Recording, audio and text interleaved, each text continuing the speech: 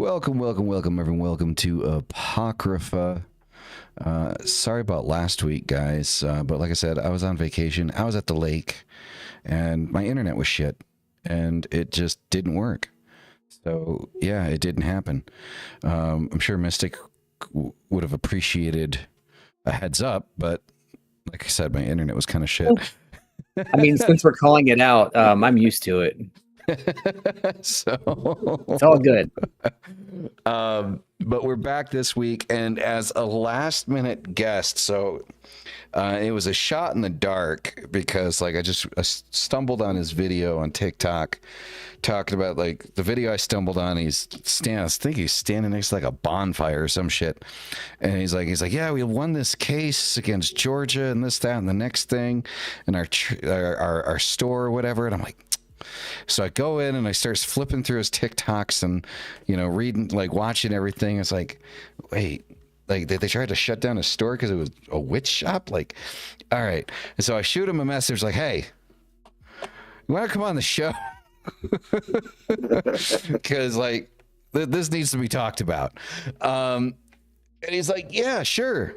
And I'm like, all right, cool. And so here we are. And I'm sorry that we're starting late because my computer did computer things and decided that it didn't want to work the way that it was supposed to be. And I'm sorry that if you guys are listening to me and you can only hear me out of the right speaker, I'm sorry. Wavelength updated, and it's showing me that I'm just coming out monotone off of the right channel. So if that's what you guys are getting, then I truly apologize for your ears. Anywho, hope not. It sounds great to me. So okay. Well, that's good. I'm glad. So anywho, so Harold, I didn't explain this in the beginning. So the first thing is we do a weekly tarot read. So Mystic handles that because he's got an ungodly amount of decks because he has an illness of buying shit that he doesn't need. That is accurate. So I'm gonna argue. Well, it kind of started out as kind of like a tarot review. To be completely honest, for those that don't know, the whole thing was to do a reading and do kind of a review of the deck because he has so many decks. And then it just turned into something completely different, and we just didn't say anything. We just kind of let it roll that way. I forgot about that, and I still talk about the cards, but I probably should get back to that because I have opinions on the decks, even the ones I don't like. Yeah, well, because that was the thing. That was the basis 5 years ago when we said we're going to do it. Yeah. Well, have I got a treat for you? I have one deck for every day for 2 years. Yeah, right. All right. So we're going to let Mystic take a hold, and then we are going to ask a shit ton of questions to Harold, and he's going to get sick and tired of us. So, Mystic, sweet. I'm excited. Take away. All right. So, yeah, welcome back. It's been a minute. What am I looking for? Okay. I have used this tarot before. It's been years. I asked Rook to go find a deck that he's you either haven't used or hasn't seen for a while that he thinks is really obscure, and he picked the Naked Heart Tarot. So this is what we've got, Naked Heart Tarot. This is actually I enjoy this one. It's fun. It's got a modern twist to it. It's very witchy. It's just a really nice deck. Easy to read, I think. It does not really use your standard. Well, it does not use standard right away imagery and stuff like that. So usually when there's a deck like that, I say that's not really my favorite for people who are just starting out, because that symbolism is very helpful when you're learning tarot. But as everybody knows, we are going to do just an energy read for the upcoming week. What do things look like? Where are we heading? What's going on? And we'll pull some cards.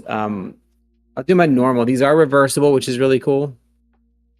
I like reversible. I also like borderless. These are borderless. I'll show you the other side in a minute because this is our first card. But these are extremely thick cardstock, which is also really nice. I like them thick. So I like thick decks. Won't call it shut up. All right. I swear. Our first card. One day I'll get like a little cam or something. I can put these over here so that I can get these cards up here. So our first card is the Five of Cups. I love the blue heart here. I love the crow. And this is well, any five really is, I don't want to say a sad card, but often speaks of things that are difficult, things that are, kind of make us not feel good, or being sad or something. Maybe there's some regret or some issue where we need to look at something different.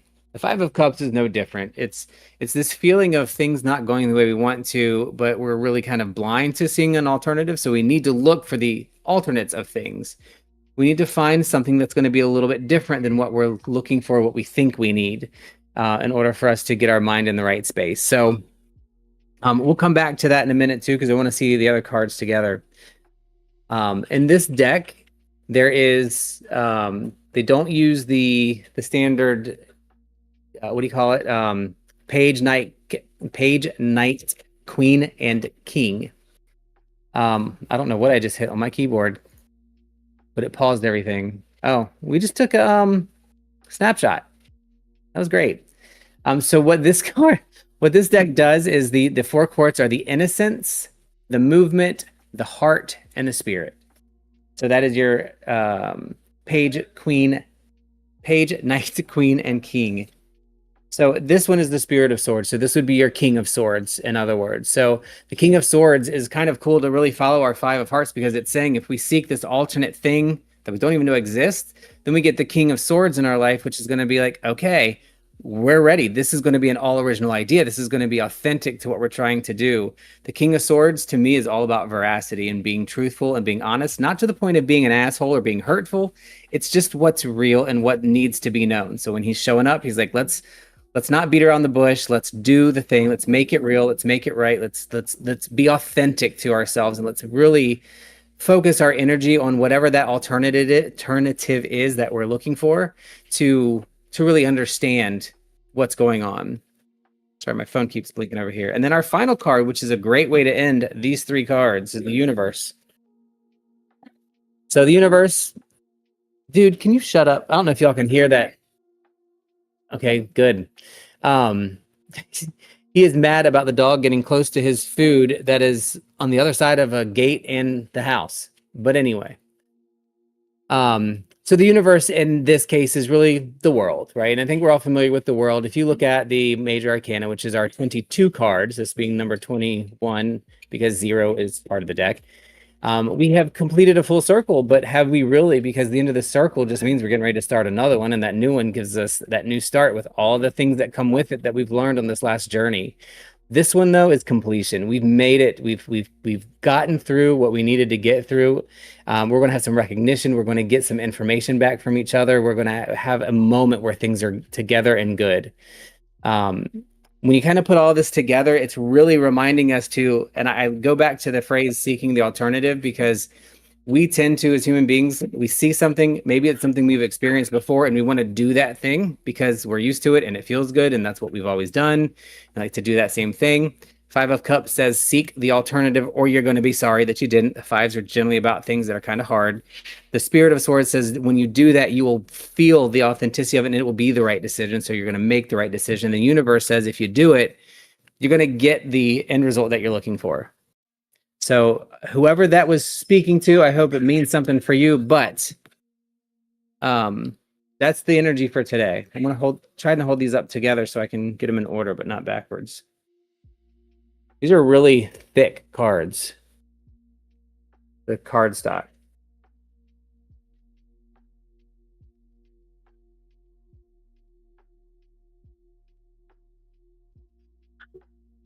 Who's fighting? I'm not fighting. I'm not fighting anybody. I think our big dog is chasing one of the chihuahuas. Okay. Just look at this. This is the Emperor card in this deck. It's called the Sky Father. Look at that. Isn't that crazy? I love it. That's a nice card. Yeah. What else we got in here? Anything fun? Oh. Look at the Hermit. Maybe I don't. Maybe I haven't ever used this deck. I do not remember these cards. Anyway, all right. That's it for the deck. That's the Sacred Heart Tarot. If anybody's interested, I might pull this out for a while and use it. There you go. He's gonna pull out his nice, big, thick deck and use it I for a while. I should have worn my shirt that Rook made for me that says I like big decks, and I cannot lie. Fucking hell, man. Which, if I have to say I like big decks, which is true, we'll go with Diablo. Yeah. One of the most beautiful decks I think I have. No, I actually have the Salvador Dali tarot. It comes in the big velvet box. The thing is freaking insane. That's crazy. That's crazy. I do not like the deck itself, though. I apologize to everybody tonight. I am hyper. I don't normally drink caffeine or energy drinks, and I've had both. So sorry about it. There you go. All right. So, as always, a great reading from Mystic. I have to say, it always hits home and resonates with what I got going on for, the coming week. So it gets me prepared for shit, So let's turn our attention over to Harold, which has been very patiently waiting to get this conversation going. So Harold, first and foremost, I guess I don't know jack shit about you, man. And I'm sure nobody else does either. So tell us a little bit about yourself. What are you about? What got you to where you're at? And then we can kind of get into you kicking George's ass. Be honest with you, man, I ain't nobody special, man. I'm just a seeker of contemporary witchcraft and do my due diligence to help the revival of that craft.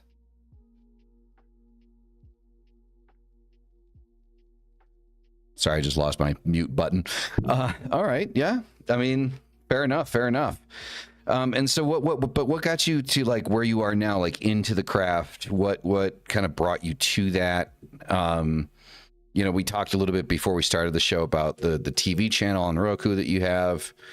Can you tell us a little bit about that? That's a long story. For sure. If I was going to consolidate it, it'd be I grew up with a troubled past and had a real rough childhood in New England, and in and out of reform schools as a teenager, and state prisons, 4 state prisons, and all throughout that, in and out of the prison system, I tried to look for a better way. Now, a lot of people, when they go to prison, the first thing they do is they hold on to, the Bible, or things, or the Quran, or maybe, Buddha, or they get in touch with, their Native American roots or whatever, some kind of spirituality to help cope with the society that they're now in. So with me, I kind of hooked up with and studied all the religions and everything. And what I had found is, throughout the time coming in and out of with recidivism and things, is that, contemporary witchcraft and Wicca, to be more blatant, they kind of incorporate all of the world religions together, because in my discernment, they are the wise ones of humanity. So because of that, I tried to look for a way out of my recidivism. So when I did that, when I would get out of incarceration, I would go to the places where that type of culture existed, like New Orleans and Salem, and whoever else I could reach out to while I was incarcerated. And there was a lot of in and out of incarceration to do that. But at the end of the day, I started corresponding with different leaders in the community because I was a prisoner, and I was probably in my 20s. And we're talking Yvonne and Gavin Frost that I had correspondence with. I had correspondence with some Alexandrian witches, with the Lothlorien, with Paul Beryl. and also some Gardnerian witches that corresponded with me. And I just had different, I was trying to find a way how to break the cycles of being a fuck up. And, to be honest with you, the epiphany or the tipping point was with a priest that wrote to me by the name of Paul Barrow with the Alexandrian tradition of Wicca. And he told me that you need to start reaching your highest ideals. And and that comes from the charge of the goddess, which was originally written by Doreen Valiente. And when I started researching all of these things, I tried to apply it to my life because I really wanted to break out from those chains, from that revolving door and things. And I applied the charge of the goddess to my life, and one day it just clicked. And for 7 years now, I've never had problems with recidivism or legal issues or whatever. And I've always felt in my mind that I am now protected by witchcraft. And now law enforcement really can't touch me. And I don't know if that mentality has any bearing on why we kick George's ass or not. But if it is, it is. But I think that a lot of it has to do with mental power. And I think mental power has a lot to do with it. But I mean, that's kind of in a nutshell. And there's lots of, different little stories and, tribulations and places that I have went and elders, places that I have been to, and things. But in a nutshell, the disciplines of contemporary witchcraft have shown me a way to function in society.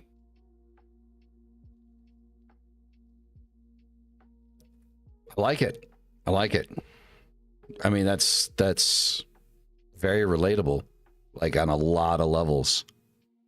I mean, I think it kind of it resonates a lot with kind of like the similarly to kind of like how I kind of came to the left-hand path. So, Sure. Like with me, my mom's a witch, so I kind of grew up around witchcraft. But my stepfather is a Catholic, so that was an interesting combination, and polarizing, to say the least. So I lived like the epitome of why witches would hide who they are, as a kid, because my stepfather had no idea that my mom was a witch. And I moved around a lot. So yeah, the US, I lived in Istanbul, Turkey for a while, I'm currently located in Mexico, been here for about 17 years. And probably about 16 years ago, I kind of came to this epitome where it's like, okay, so I was homeless in the States. I was homeless in Istanbul, Turkey. And then I ended up homeless in Mexico. And then I just kind of sat there after that third one. And I'm just kind of like, what is the common fucking denominator? Me. And that's when I kind of adopted the philosophies of radical accountability and radical responsibility for one's own actions. I mean, I've always been, an occultist. I've always been pagan. Like that's always been a thing. But specifically, like identifying as like left-hand path, I'd say it probably kicked in about 16 years ago. So, and I know it's two completely different stories, but it's the same thing, right? Like trials and tribulations and suffering due to one's own actions, and then kind of realizing what one needs to do for oneself to rise above that, right? So now that we got that part, the thing that struck the most interest for me. So what happened with the store situation? Like, you told us a bit before we started the show, but for everybody in the audience that doesn't know, um, you open up a store, and was it Augusta or where it is? Washington, Georgia. Washington, Georgia, and then like they started giving you a bunch of shit for it, and like you want to give us the deets, my friend.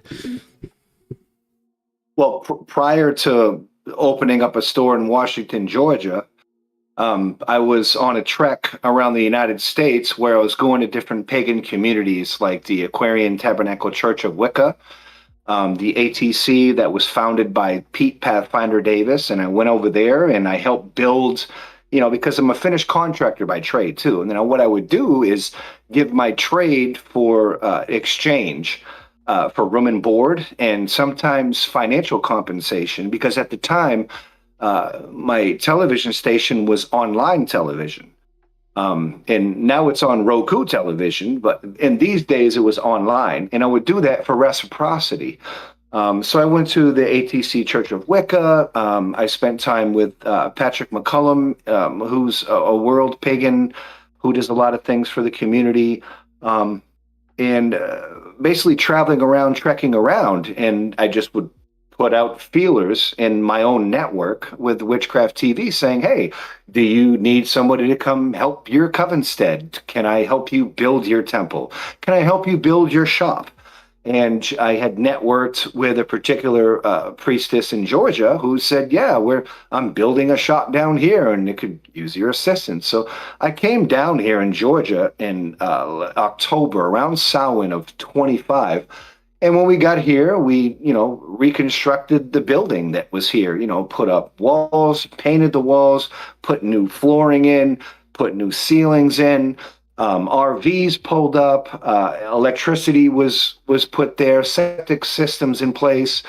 All the while, signs started going up, that there was a witch shop in town, or so to speak. The Bethel Baptist Church in the local community didn't like that, because a lot of their followers would come here throughout the week and say, hi, I like what you're doing. I am curious. So the Bethel preachers, so to speak, they went to the county commissioners in town here and went to a town meeting with the county commissioners and said, they're bringing evil to our community. They will bring crime. And it's a satanic panic like the 1970s all over. So that was kind of, an upbringing. So then that the local newspapers got involved, and local newspapers happened to be at these town meetings, so to speak. And we made front page news in our community where the commissioner actually is, quote, stating that we can't get them for religion, but we can get them for code enforcement. So we went through that and, wanted to know what we could do. And we reported to court and was going to see what was going on. And I went there with my traditional Habib pagan garb and sat in the courtroom as my priestess was accused of code enforcement violations for the land use here. And long story short, we said, we're not going to give you thousands of dollars in fines, and you can bring us to trial. So at the end of the day, we went to trial, and, we beat trial. And that's kind of that's that aspect of my own path, but to come in contact with these kind of things is not so much in the United States, because I've worked with many different pagan communities around the United States. It's the Bible Belt. This is the front lines of what is the revival of anything non-Judaic, so to speak. And, we do have freedom of religion in the country, and a lot of these backcountry towns really don't entertain the aspect. Now, Washington, Georgia, now, mind you, is the last town that abolished the Confederate Army. Now, when the Confederate Army dissolved, this was the last meeting in this town that we're in now. That's crazy. They're bigots, man. Bigots. Forgot I was muted. I was saying the same thing. do you feel like it's completely different? And I'm not going to go into one of my stories, but I've had more recently, I'd say in the last 2 or 3 years, of people really coming out of the woodwork and being like in your face. Yeah, we don't want you here. You're going to bring all these things. Do you feel like you're seeing that too, or it's getting more and more, and it's getting more brazen? Location, location, location. True. Depends where you're at. No, I guess everybody can guess in Florida what that answer to that probably would be for me. Ugh. I mean, I'm going to put it like blatantly, like I could be dead wrong and I might get flack for it or whatever, but if you can smoke weed legally in your state, you're probably going to have an easier time with your witchcraft, pagan, or alternative religion, earth spirituality church than you would in a state where you can't smoke weed. And that's just my discernment. That's an interesting connection. It makes sense. Yeah, it's a very logical one. I really don't like to get too involved in politics at all because it really is very divisive with the pagan and witchcraft community. But 97% of the witchcraft and pagan leaders in America right now do lean Democrat. And that's just the reality of it. I mean, yeah. I mean, it is a thing. I mean, I think I don't particularly like the conversation of like involving politics into things. But I also don't like. I am not a fan of the statement that people make where they say that witchcraft is inherently political, because it is not, in my opinion. It can be politicized. It can be used as a political tool, but to say something is inherently something, the definition of inherently is to say that the core concept, the core structure of what that thing is that thing that you're saying, right? So to say that witchcraft is inherently political is to say that the core structure of witchcraft is politics. And I find that very disrespectful to what the craft actually is, which is, it's about nature, it's about balance, it's about personal empowerment, it's about freedom of self, freedom of the spirit, connecting with everything that's, around you, that energy that goes through everything. Now, has it been politicized? Has it been used as a political tool by those people in like Salem, Massachusetts, the witch burnings? Half of the people that got burned weren't even fucking witches, right? It was highly politicized. It was used as a tool to control and instill fear. We have a topic for another show now. Because I have an opinion. I'm sure you do. So I probably should have brought this up, Harold, before bringing you on. So it's funny. So Mystic is my best friend, but the reason he's my co-host is because he's not afraid to disagree with me. And so here's the really funny thing. I am openly a conservative, and he is openly, what would you call yourself, man? That's definitely liberal. I'm not a Democrat at all. Yeah, I'm not a Republican. I'm conservative. I'm not a Republican. Yeah. But so that's also the interesting aspect of it. And the thing I love about it is when we do get into these little, I don't want to say spats, but conversations, it shows people that, it has been, but it shows people that you can have polarizing opinions and still fucking be friends. Yeah. So I think it's an important thing to show people. And I think, it doesn't really, it doesn't show up as much as you think it would, because there's a lot of times that we sit down and we talk and we kind of realize that we agree on the fundamental concept of something, but the way we get there is different.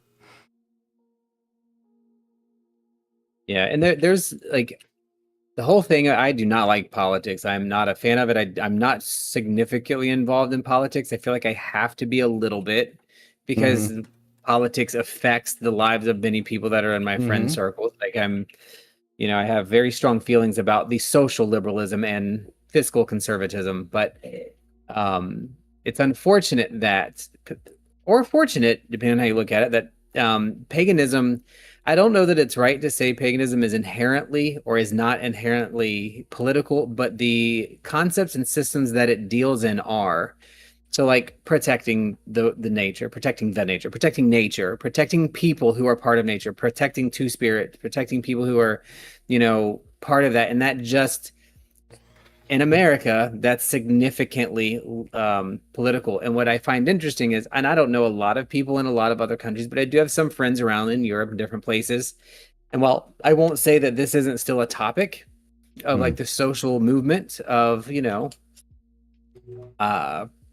protectivism of different people,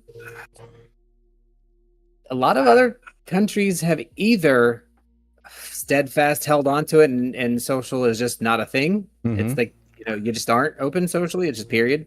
Yep. Or they've moved on to like what politics really is about, and it's not so much about who people are and all. It's just, I don't know if I'm even getting it out the way I'm thinking about it. Well, I know you got a week to think about it. Chat people know. Yeah. So yeah. I guess in other words, like, not inherently political, but is political because the systems that it affects are social and human driven, and humans are political people, even if it's not politics. But we create politics in the way that it currently is, as an organism, as like a collective, that is just absolute crap. And now, I'll go to my deathbed. There's no, in my opinion, there is no real politician that's actually going to do the things that we need to make things work the way they should. I don't believe in the political system, I guess is probably what I should have just said. Neither do I. But I believe in the people who are underneath it. And just as many unfortunate pagans that I love, there are some that I can't stand, and there are Christians that I love that are amazing people, and some that I can't stand. However, it's unfortunately always been the Christians that have caused the problem for me. It's never been the other groups. Same. I agree. Harold, what are your thoughts? My thoughts are that the overall, and the political thing is a horrible thing. But your co-host talked about it earlier, where he talked about that he's teaching his significant other about hermetics. Well, in the scope of hermetics, everything has two opposing forces. There's a duality in everything. And that's why we see it with politics. And the truth of the matter is, and you may have a small majority, but the majority is the trajectory of contemporary witchcraft and earth-based spirituality and occult groups like the OTO and Wicca and the Rosicrucians, etc. Their trajectory is safer with democratic rule, and that's just how it is. And that's going to be my discernment, and that could be argumentative, on many different fronts. I think that politics is probably the worst thing that's ever happened to spiritualism. But I've noticed countless and countless pagan leaders in this United States of America. Every one of them are a Democrat.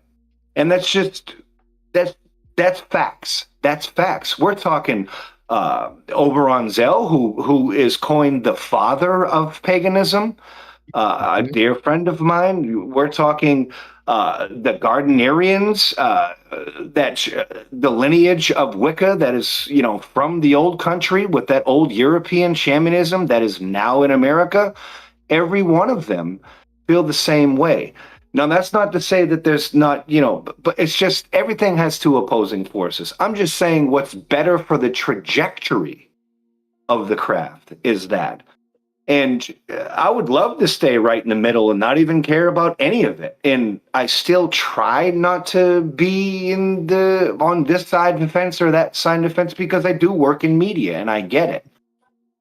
But the trajectory is safer with people that are more accepting and not ruled by Judaic, outdated philosophies and laws.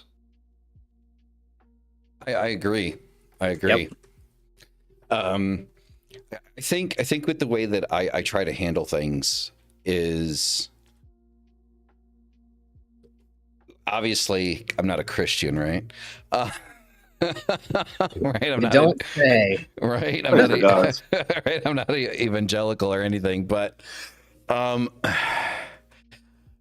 don't know, man. Like, I really I wholeheartedly believe in the concept of live and let live. I really fucking do. I really fucking do.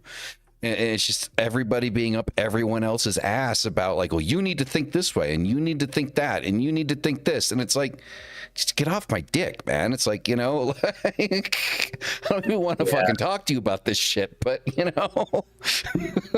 I think that the hard part for me has always been just, I agree 100% with the live and let live attitude, but there's also a part of, and we've talked about this extensively, and it's been a long time since we brought this up, about, you know, at what point do you recognize that there are so many people that are different that just aren't able to do the things that we can do when you have a platform or the ability to talk, and what point do you stand up for them? And that's where I think the democratic thing comes in place.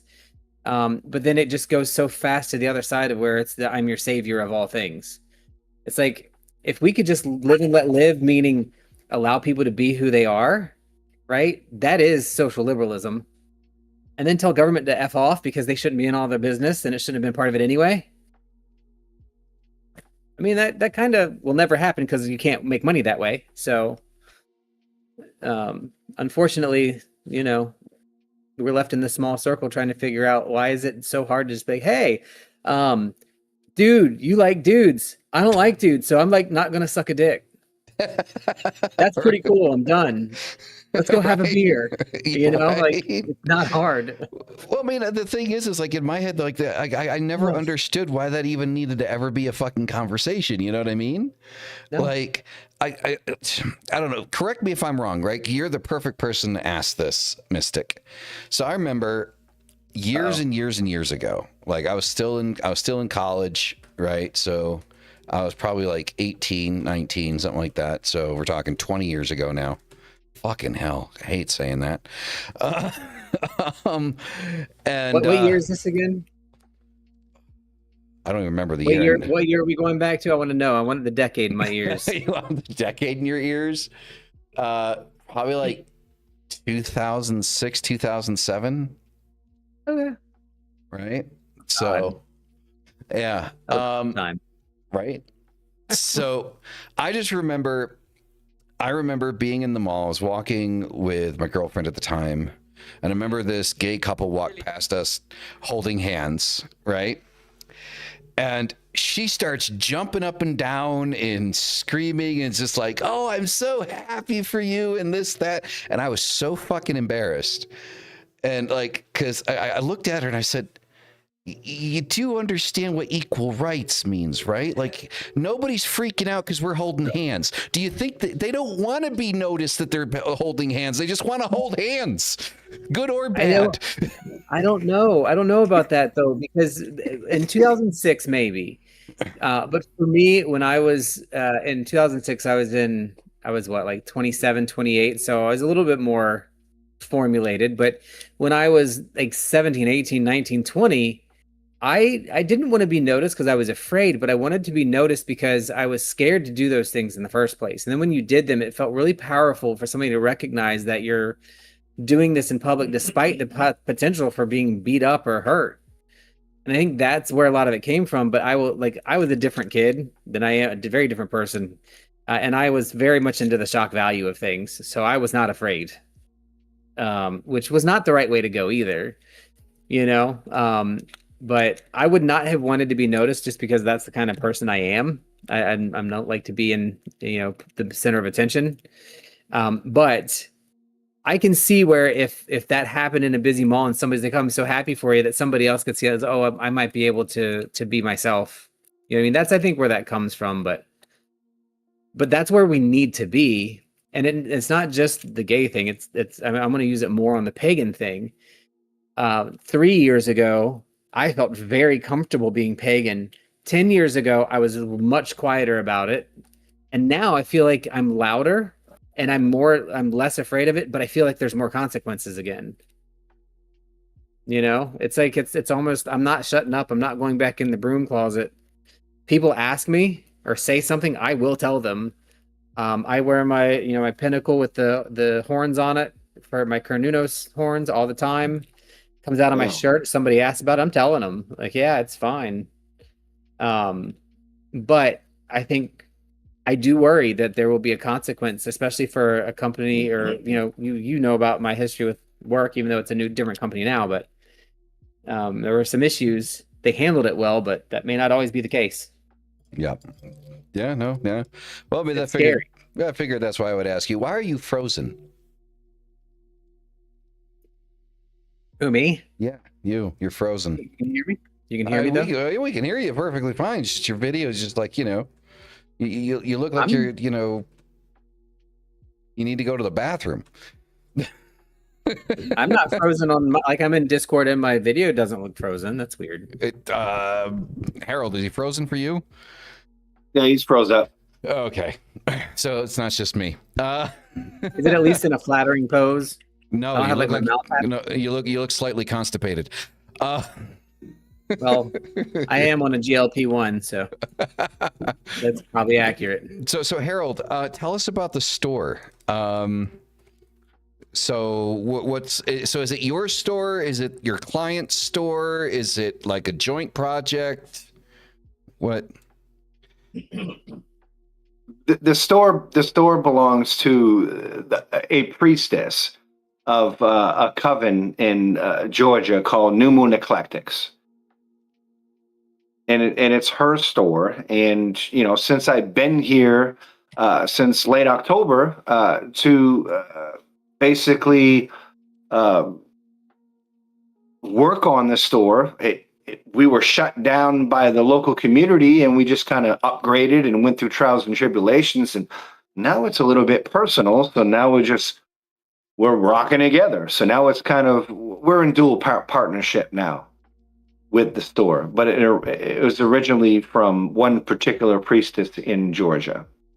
Nice. That's awesome. So there's a video that you got on TikTok kind of showing kind of like a little bit of what you got inside of there and stuff like that. It's like, is a lot of that stuff, is that like local artists? Is that sourced from other people, like nationally? The merchandise itself is, from all around the country. And I'm constantly working with different covens, particularly Salem and New Orleans coven, where I'm trying to get opinions and coaching, how to run a successful store. So, I mean, there's an involvement with the community for sure. But a lot of the things that we sell in the store are homegrown. A lot of the packaging is, from the priestess hands. And as of right now, we went in the store this morning, and I'm actually, putting things together. It's very hands-on. The store and the merchandise, it's not from Temu. It's homegrown. That's good to hear. That's good to hear. So I remember when I was in college, there was pretty close to campus, there was a cafe that was set up by two witches called Witches Brew, right? And so they had like a little mini library in there. They did like weekend shows. They had tarot readers come in. Food wise, you're talking like panini sandwiches, stuff like that. But there's also jewelry made by local artists. It's a really badass atmosphere. And sadly, because the city where I went to college is so small, there wasn't really a lot of people that were really interested. And I think they made it, I think, about 3 years before actually shutting down. It was sad to see it go, because it was like for me and all the people that were going to school at the time, it was like the place to go in the morning to get your coffee, and the place to go after classes to study, hang out, bullshit, talk, whatever, And so it was really sad to kind of just see it disappear like that. I feel like occult businesses, I feel like we kind of like they start out in the negative, and it's a lot harder to keep it floating, if that makes any sense. Absolutely. So, man, I wish you guys all the luck with that. Go ahead. Sorry. Yeah, even covens in America, new covens that are started, they don't last more than 3 years. Mm-hmm. I get it, 100%. Yeah, it's sad to see, man. It would be nice. So one of the things that I always pushed for on this show, and I haven't really talked about it in detail for a while, because I figured there's better ways of doing it than directly talking about it. I've always talked about like a cult unification. And in the sense of not believing in the same thing, but unification in the idea of understanding that we have one connecting force between all of us, right? Regardless of the god or goddess or demon that you work with, or don't, we're all occultists, right? And it is, for better or worse, an underrepresented community. I mean, when our representation is horror movies and the villain and the bad guy, and that's our representation, and it has been our representation for as long as cinema's existed. At the very least, you go all the way back to the Salem witch trials, the Inquisition. It goes a lot further than that. Even though when you got sick, the local shaman was the person you sought out, right? So I always felt that some level of unification, some organizational element needs to exist to better represent and protect, occultists, their businesses, their livelihood, their, reputations. How to execute that, no fucking clue. But I do believe that something like that should exist. I mean, what are your thoughts on something like that? I think that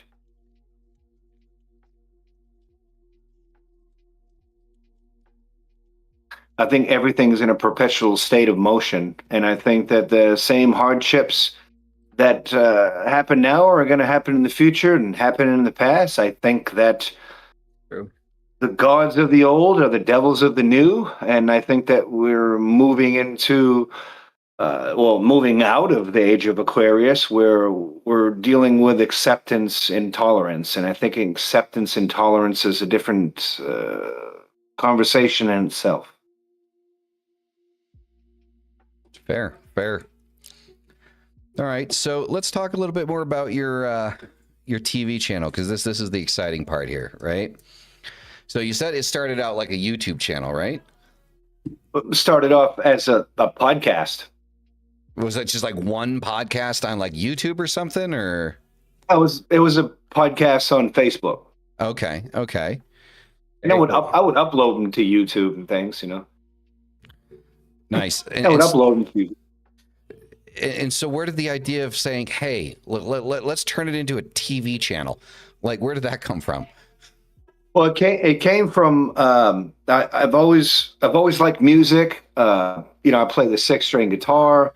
I do some hip hop shit, and I've been doing hip hop and guitar music infused with earth-based spirituality within that pagan music scope. And pagan music is kind of new. It's not a mainstream market. It's a subgenre. And what I was trying to do is expand my music. So to do that, the best thing to do is to market myself and have a podcast. So I reached out, as a podcaster, I reached out to places like the Raymond Buckland's Museum of Witchcraft. I reached out to leaders and pioneers of particular pagan and witchcraft Wiccan traditions, and wanted to interview with them. So I established many different interviews with these leaders and authors and musicians within the pagan, occult, and witchcraft community, and just started doing that. And then I got involved with the pagan music circuit in Ohio, and they put me on stage, and I won an award for pagan music on the stages of Ohio at Starwood, which is the biggest, pagan festival for music in the country. After that, I was asked, would you like to run an online television station? So I said, sure, I would love to run an online television station. So I took a lot of the interviews and things from the pagan community, the authors in the community, and consolidated it into online television. And that went well for a few years, all the while still, working with that particular music organization with pagan music. And I started to get doors that were locked because, well, just like any other media platforms, even mainstream, they're cutthroat. CNN doesn't like Fox. Well, this pagan media outlet doesn't get along with that one, and it's very cutthroat. So I couldn't work with particular traditions of the craft because of the platform I was working for. So I basically one day said, you know what, I'm done. I don't want anything to do with it. So I left, started my own platform because, well, I was trained in media and how to do certain things and outlets and things. So I created Witchcraft TV Online. Witchcraft TV Online, which is an online television station that had a private website with 24/7 broadcasting and things with a feed that's on a private website. After a while, I wanted to, reach my highest ideals, just like Dorian Valiente told me that I should in The Charge of the Goddess. And so nowadays, I finally got it on Roku television. So now we're no longer we're still on online television station, which we still have a private website, but we're also on Roku. And that's kind of the trajectory of, building from, a podcaster to music at award shows, to being offered, online television as a program manager, to creating my own, and then ultimately creating a Roku television station. And honestly, Witchcraft TV is the only station as its kind besides Gaia TV today. And it's brand new, 3 weeks old. That's exciting to me. We're consumers of Gaia, and it's got a lot of great stuff in it, but it's not really pagan, right? It's such an open platform. I'm excited to see something like that. Love some aliens.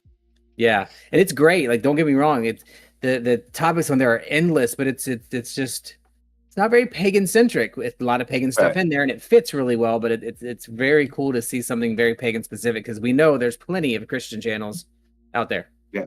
Oh, there's tons of them. Oh, and they're attacking, and they're at me, and they're at us. And that's we exciting. Hear them all the time. They actually have YouTubers that are Witchcraft TV against us, that have Witchcraft TV against us channels and things. That's And they're insane. foolish. Yeah, it is. And you know what? I like it. I want all the haters we can get.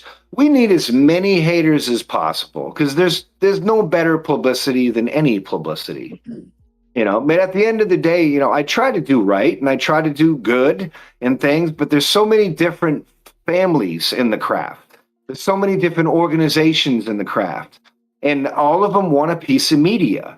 And they all want to feud with each other to be the top dog media out there. And this, generation of, the internet and technology as we progress with AI and things.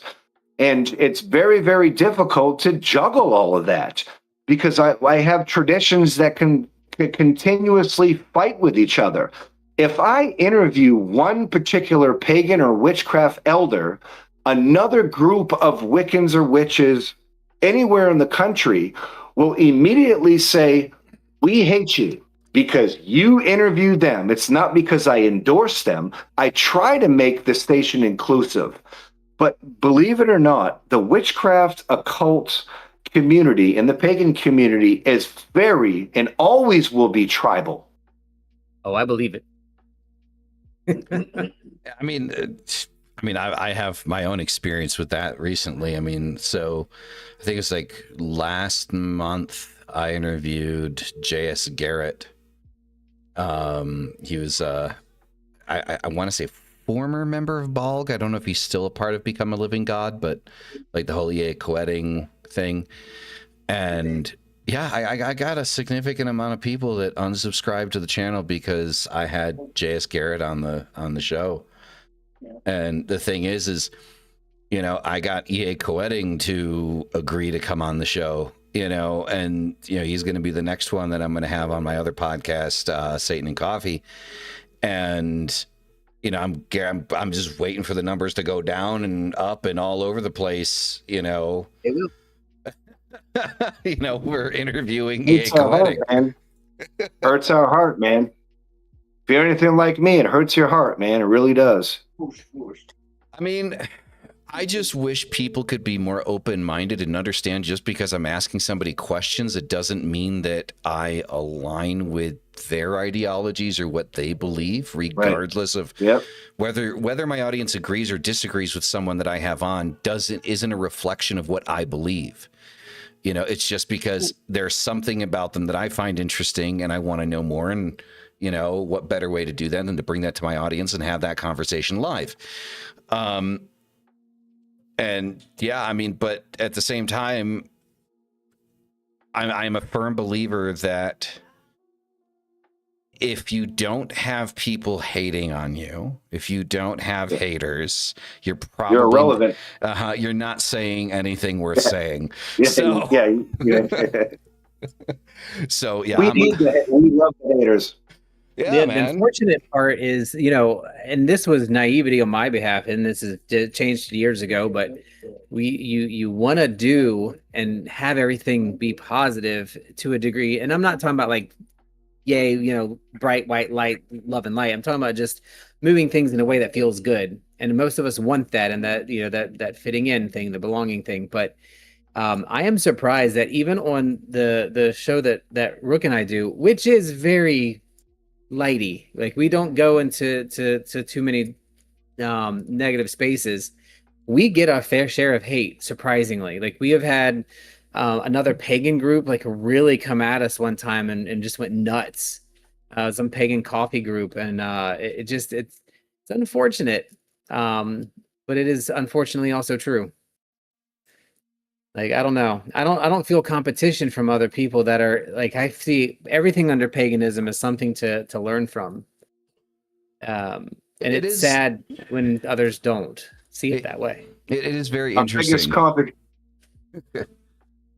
Our biggest competition needs to be in the mirror. Yes, always. Yep. I think one of the most interesting things that happened had to do with something that I said a few shows ago. It's probably about 3-4 weeks ago, I think. So, I always talk shit about Christianity, always. And I always talk shit about like what I call the Abrahamic triptych, right? So, you know, Christianity, Islam, and Judaism, right? Like it's the Abrahamic triptych. I always talk shit about it, you know, everything like that. And I just have no shame whatsoever. And then somebody popped in the chat and asked me, well, what do you think about Islam? And I said what I thought about Islam. And then like the amount of people in the chat's like, oh, you can't say that. I mean, they didn't say that directly, but that's how they were acting. It's like, well, you can't say it. It's like, wait. I was like, hold on. Can we at least try to be fucking consistent? Because if I said everything that I just said about Christianity, everybody going, yeah, fuck Christianity, burn it to the ground, man. The moment I say it about Islam, it's like it's a wrong thing. No, I'm sorry. Like it's the same fucking dogma, just a different book. You know, so like, can we at least be fucking consistent with our fucking hatred for monotheistic faith? And then everybody just kind of shut up. But I thought it was funny because it's like you can talk shit about this, but you can't talk shit about that, right? Even though it's technically the same thing. And it's like, like what the fuck? Matriarch, patriarch. Right? Yeah. Opposing forces, hermetics. Mm-hmm. Yeah, no, Yep. I don't know. And I think my response was, if I remember correctly, it's pretty simple. It's like, look, I don't discriminate. Like I hate all three of them fucking equally, man. Like, you know, like I'm not gonna sit there and be like, oh yeah, well no, this one's okay. No, they're all shit. That's why it's the Abrahamic triptych. It's the reason why shit is the way it is right now. You know, is because of that. All these motherfuckers just killed fucking people, you know, like, and the you know, Judaism had its time too. Nothing recent in recent history, but they had their time too. They had their day in the sun, you know, where they fucking killed everybody that believed something different than them. You know, they weren't fucking, you know, there's no hatred worse than Abrahamic love. Christian love. Well, Christian love. I say Abrahamic love because it's all the same thing. That's fun. No, it always rings with me because every time I hear that, I think yes, and I agree so much. And what sucks about it so much is we know people like Mark who appears every time we say his name. And Surprisingly, you know, our friends in real life that are Christian of different types, and they're just freaking amazing people who are so friendly and open and want to know more about what we do and are interested. And they're just amazing people that the base of Christianity as we know it is so incredibly difficult to be in a room with. It just doesn't have to be that way, but it is never going to change. Edgar Casey rules. Yes. I'm a fan of Edgar Casey. He actually had his Center for Excellence on my street one of the roads near where I grew up in Virginia Beach. But yeah, I mean, it's unfortunate. My take on it, my view on it has always been this. I don't hate the Muslim, I don't hate the Christian, and I don't hate the Jew. But Christianity, Islam, and Judaism are all built and woven of the same fabric. And yeah, the patriarch. So when you look at it and you understand that it is all derivative of the same, it teaches essentially the same thing, because every single holy book that they have is rife with rape and murder and pillaging, and you know, where their God said it was okay because of XYZ reason. And so that doesn't mean that the Christian or the Muslim or the Jew as an individual believes that those are relevant aspects to their faith, or that they believe or follow those aspects of their faith. I will not judge. I hate to say it this way. I really fucking hate to say it this way, but it's if you were to look at like the practitioner or the follower of the faith being the sinner and the faith itself being the sin, what does the church always say? Right? We judge not the sinner, but the sin. So it's essentially that. I won't judge them based off of the hypocrisy and ridiculousness of their faith. I judge them based on their character and how they act as a human being. It's true, but I will say, you know, if I'm in a room full of Christians, I'm a little more scared than I am than a room full of pagans. Yeah, but here's the thing, though, Mystic. Because if I'm in that situation, I'm probably not in there for good reason. This is true, but also there's one big thing. There's one advantage you have that other people in your aisle don't, man. You probably have more guns than everybody in that room. I lost all my guns in a boating accident a while back. Yeah, all of them. Okay. Those who know. Right. He doesn't need the I'll explain when we're offline if you want. Yeah, please do. But if you know, you know. Yes, TreeSap knows. Thank you. At least one person I know knows. So thanks, TreeSap. Oh, that made me happy. See, that's interesting. See, Mark 5, you mentioned Mark 5, and boom, there he is. So he says, Mark 5 says, interesting, Saint Basil, who was an early Christian monk, encouraged his students to read pagan literature since it contains truth.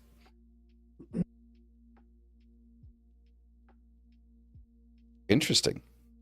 Well, I mean, let's really think about pagan, regardless of the deific, that's not even a word, I don't think, the deity, and the duotheistic, the triple goddess, all of the stuff, not multi-theist, whatever. I can't even think of my words now. I'm too hyper.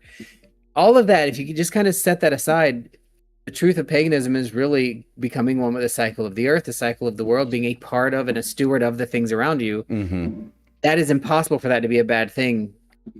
To learn more about that, what that is, I'll be honest. Like I see myself kind of more of a deistic and animistic in some ways. But when I go outside and there's certain moments where I'm like, I will just say out loud, I believe in God, because what you feel when all those things come together, it's just that you can't shake it. So I can't see how that's not a thing, you know? Yeah. But there's the devil, Satan's bad. Mother Nature will never lie to you, ever. Yep. I know a lot of preachers that will. Amen. Is that trade? I was gonna say, amen. Is that trademarked, or is that a T-shirt we can put out? Because that's good. Accurate. That's good. That's good. It's accurate. It is very accurate. It's a little long for a T-shirt. Maybe a pin. Oh no, you got it on the one in the half in the front, half in the back. Oh yeah, Shut up. yeah. Okay, there you go. Mystic likes it when it's bigger in the back. I knew we'd get there at some point.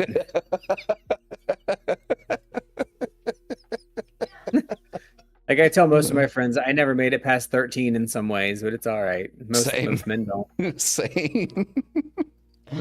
But every day you see more and more of that evidence of that easily, you know. And if you can go as far as say, if you think Mother Earth is lying at you, then you just need to pull that mirror back out, because that's not where it's coming from. You know, that is true. Look, my wife made it into the chat. About time. Well, I mean, she's over here writing her second book. I'm not going to say anything about it, but she's writing. Well, her first book isn't finished either, but I know the feeling. We've got like 4 going at any given time. Yeah. So, I mean, she's got 2 book projects. Her and I are co-writing one. I'm also co-writing another one with Curtis Joseph. And then she's got another one. Well, what's your first one called, babe? Goetic Diaries? Ooh, I like that. Huh? Okay, that's the name for it right now. The first one's not finished. She's been working on for 4 years. So 72 what? 72 what now? I mean, it depends on the religion, I guess. Oh, Yeah, that we're not getting into that part of the conversation. I'll get canceled if I start talking about that. I am very self-aware about some opinions that I just don't put out there. Smart. Yep. None of you will ever fully know. I'll never tell. All right. So, well, Harold, man, it has been a fucking pleasure and a half to have you on, man. And like I like that you're like, not a lot of people understand the vibe that Mystic and I have, and I'm glad, like I'm very happy that you like integrated very well into the back and forth. So that was amazing to see. Some people have a hard time with that, and it like Mystic usually sits there just twiddling his thumbs while I ask questions. Yeah.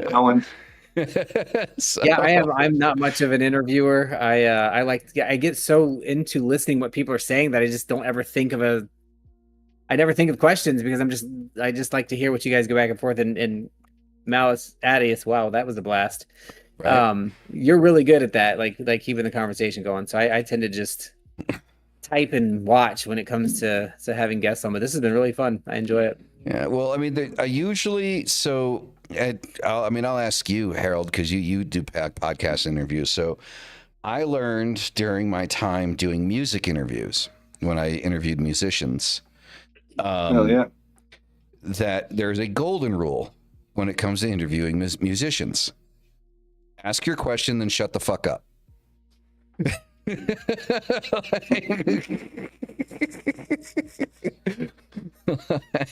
that was the golden rule that I learned, right? You ask your question, and then however long their answer is, you just let them go. So, yeah, especially like with people like, I think the most difficult interview I ever did with a musician was Des Farfara from Devil Driver and Cold Chamber. Because he was very short-winded with his answers. Like you would ask a question, he was just very quick and straight to the point, and you're like, fuck, man, just keep going.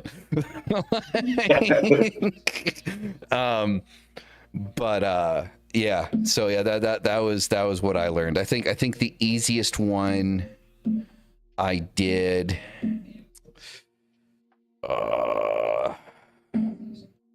honestly, I probably have to say it was Daniel Graves from Aesthetic Perfection. Like, I think he was the easiest one because that dude could go, like, you can ask him, like, you ask him any technical question about music and you got a 30-minute answer on your hands. Like, I mean, you could sit there and play a couple of games of Tetris while he was answering his question.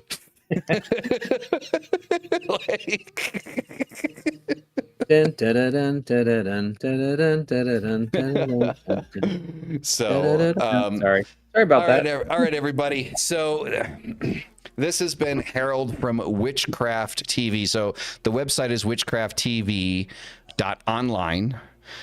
Is it just Witchcraft TV on Roku? If people have a Roku, they're looking for it? Yeah, if you got a Roku smart TV, just type in Witchcraft TV. Bam, there you go. All right. Is it a subscription or is it free? Free app, man. Roku TV. There you go, guys. Like free fucking content. Like, you gotta love that shit. Right? Not many people doing that. Also, so yeah, TikTok is Witchcraft TV. That's where I found him. A lot of interesting stuff on there. I have it pulled up right now. There's actually a few clips from a few interviews here that he has done that I am interested in watch. I'm seeing something here. I'm seeing an image of Lori Cabot. Have you spoken to Lori? I work with a lot of her sons, and that's where those interviews get forwarded to the station. You're not getting an interview with Lori Cabot. I mean, if you do, all hell. Understand. Yeah, it was an interview that it's part of the WitchCon online, which is the largest conglomeracy of witches online in the world, and it's something that I'm involved with the Alexandrian Coven in New Orleans. And also they have Salem. Salem and New Orleans are close knitted, and the Alexandrian tradition of Wicca and things. And just in media, I had the opportunity to work with some of the leaders in the Alexandrian tradition, and some of those leaders were also trained in the Cabot tradition, and we was forwarded some of the interviews with Lori. Yeah. Okay, that's good. I mean, she should be like retired by now, right? I mean, she's like, well, she's up there. Yeah, she's You're definitely not going to get she's that interview that way. witchcraft famous. You're cream of the crop, man. Yeah, no. Everybody knows that face and those goggle glasses, man. Like iconic. Yeah, she's really smart, really smart. All right. So everyone, so that's where you can find Harold and all his stuff. Give him a follow. Keep an eye on his stuff. And as always, everybody, thank you for coming out. You guys are fucking amazing. You're the reason we do this. And hail thy fucking self. We'll see you in the next one. Peace the fuck out. Protect the dolls. Deuces.